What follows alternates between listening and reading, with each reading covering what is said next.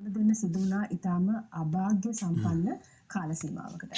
අපි කලින් මතක් කරා වගේ යලි ගොඩනැගිමින් ඉන්න අවධියක අපි කතා කරන්නට උවමනාම දෙයක් තමයි මේ පුංචි දරුවන්ට වෙච්ච කොයි වගේ බලපෑමක්ද මේ ව්‍යසනයෙන් අපේ මල් වගේ ඉන්න පුංචි දරුවන්ට සිද්ධ වුනේ කියන එක.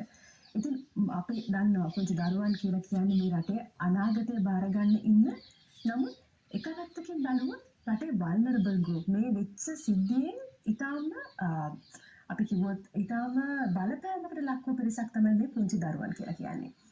ඉතින් ඔවුන් මේ ව්‍යසනයට පත්වෙච්ච පුංචි දරුවන් මේ සුරක්ෂා කඳවුරු වල ඉන්න පුංචි දරුවන් ඔවුන්ට ඊටමත් හොඳ සුරක්ෂිත නිවහනක් තිබුණු දරුවන් ඔවුන් හොඳ කමියුනිටි එකක හිටපු දරුවන් හොඳ පරිසරයක හැදෙමින් වැඩමින් හිටපු පුංචි දරුවන් තමයි මේ වෙලාවේ මේ අනපේක්ෂිත ව්‍යසනයට මුහුණ පාලා තියෙන්නේ.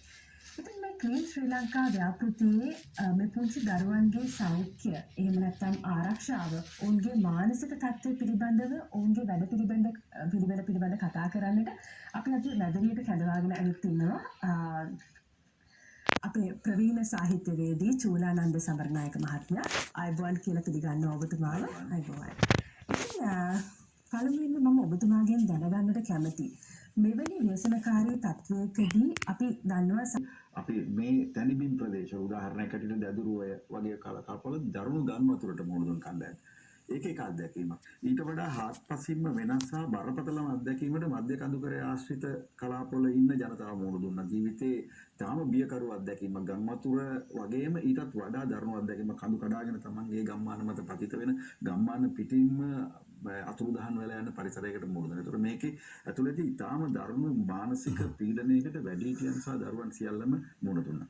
ඒකේ අනිත් පැත්ත තමයි සමස්ත ලංකාවේම ඉන්න දරුවන්ටත් මේක බලපානවක් ආකාරයෙන්. එතකොට මේක එක පැත්තකින් ඍජුවම ආපදාවට මුහුණ දුන් දරුවන් සහ මේ ආපදාව දකින්න මාධ්‍ය හරහා දකින්න ඒක ජීවිතේ පළවෙනි වතාවට මෙහෙම දෙයක් පිළිබඳ අත්විඳින දරුවන්ගේ කම්පන.